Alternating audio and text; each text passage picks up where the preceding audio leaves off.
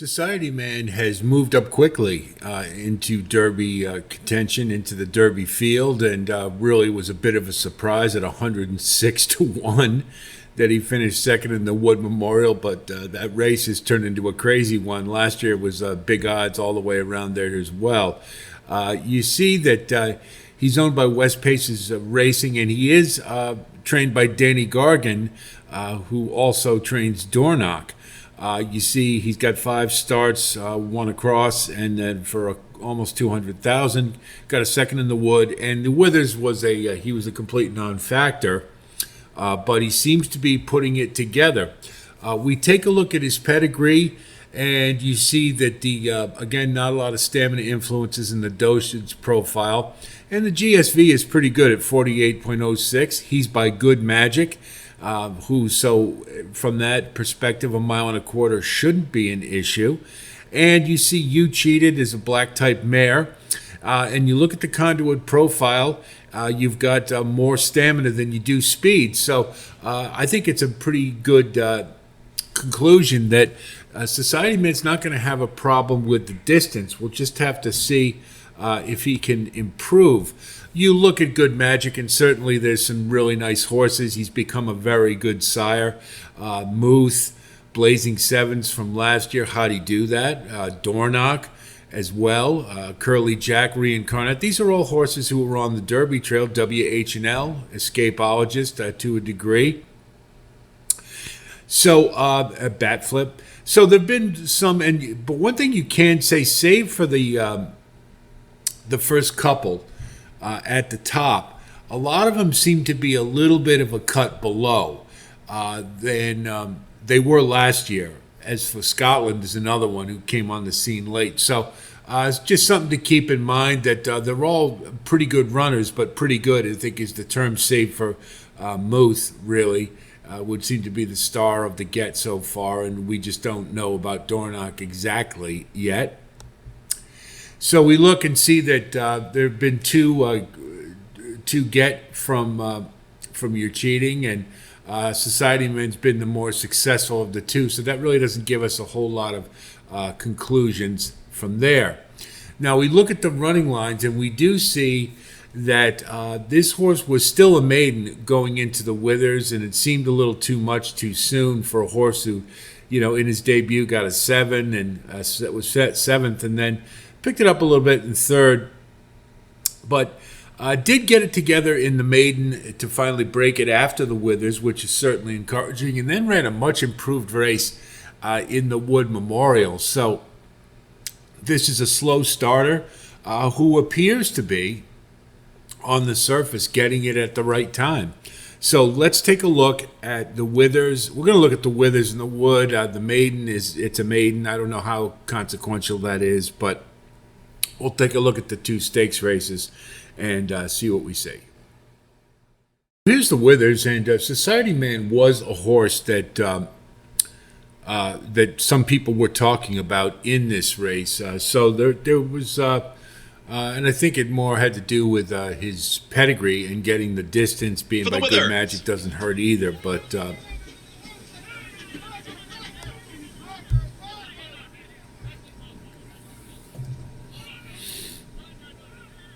Well, we'll get going here. And they're off. And off slowly there was Mission Beach, and was squeezed at the start. Pretty clean, getting right out away. To the front. Seminole Chief, and they are well off the rail. They're in about the 4-5 path here. El Grandeo drifts, Seminole Chief, and out wider here comes Conate, who's going to have a wide journey, is 3rd.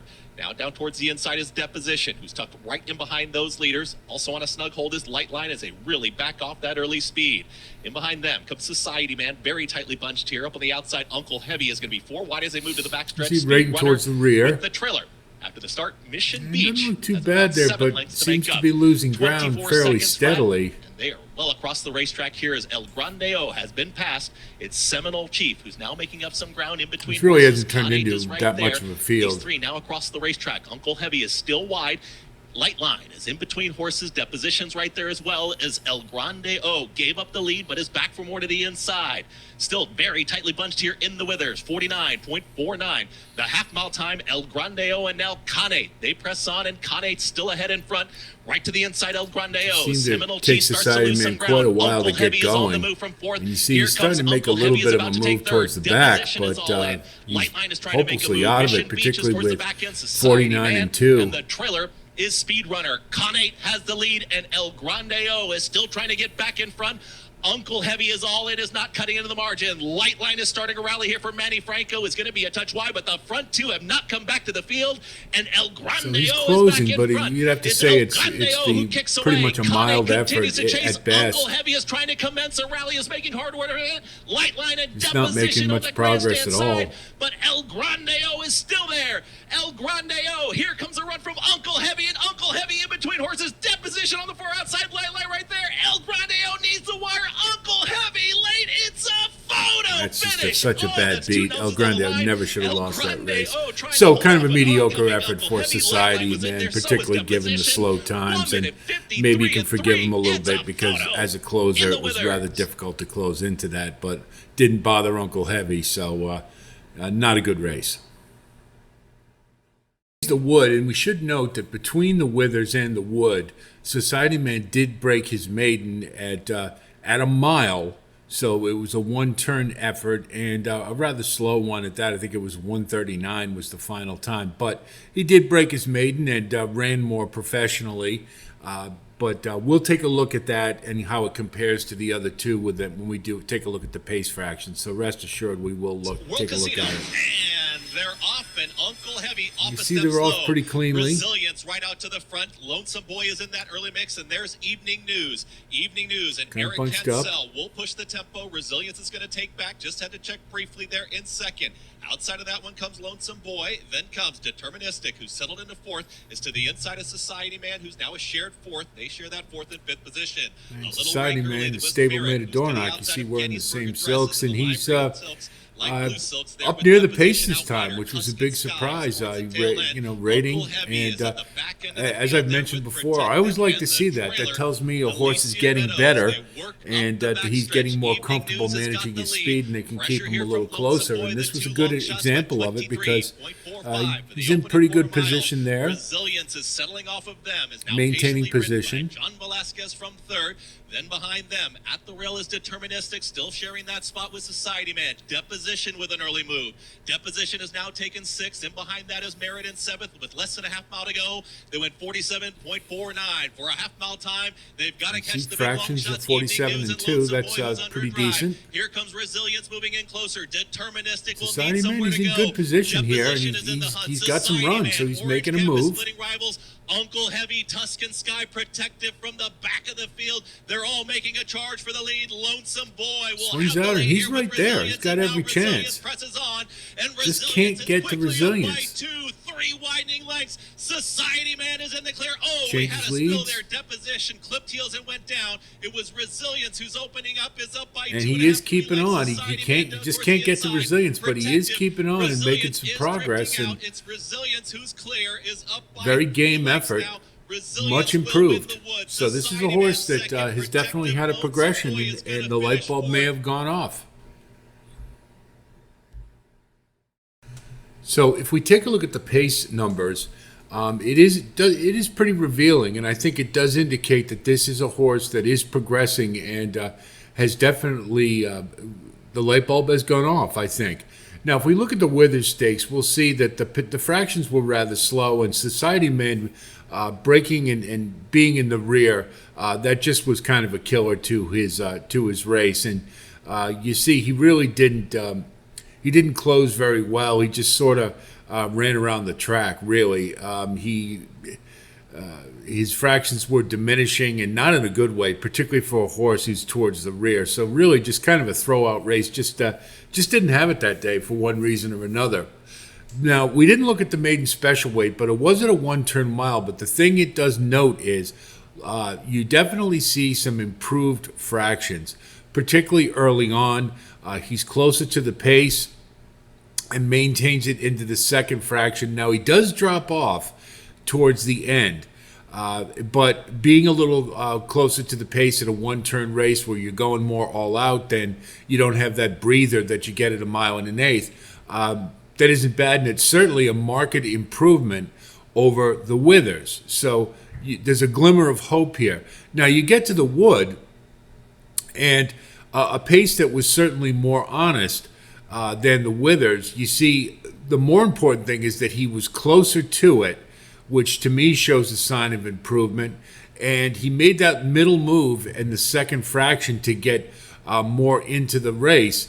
And he stayed on, and I thought that was important. Now, the 52.08 is not good enough.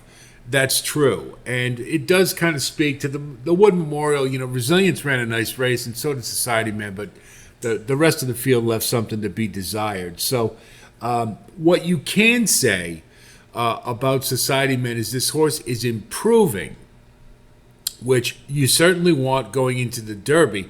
However, I don't see numbers there that tell me that this horse could do it at a mile and a quarter to the extent where he could be very competitive. There's just so many other horses who are trending more forwardly and have been further along in their career.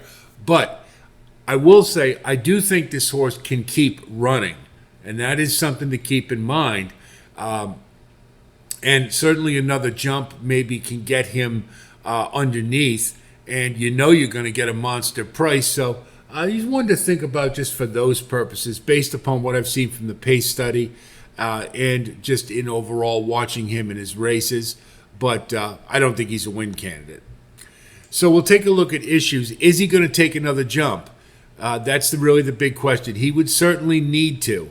And if he does, then I think the bottom of the exotics is a very real possibility at odds. He certainly has the pedigree to go all day. And I think that's something that is often overlooked when we look at big odds horses, is that as long as he keeps running, while the others who do the heavy lifting early are backing up, he's going to be there. So this is a horse to think about for underneath for those purposes. Class-wise, I don't think he measures up with the top horses in this. Probably in the top 10 are all more qualified for the Derby than he is. But again, his value is that I think he will keep running. Now, what's the race shape? Is he going to rate, try to get up near the pace, or is he going to linger at the back? I think his running style indicates that he is more attuned to trying to rate, probably mid-pack, somewhere like that. And then the question is, can he carry it onward? But overall, I mean, this is a horse who isn't good enough. I think that's safe to say. And, I think the value is the odds you're going to get. And maybe if you're filling out your tries and your super, this is a horse that you think about.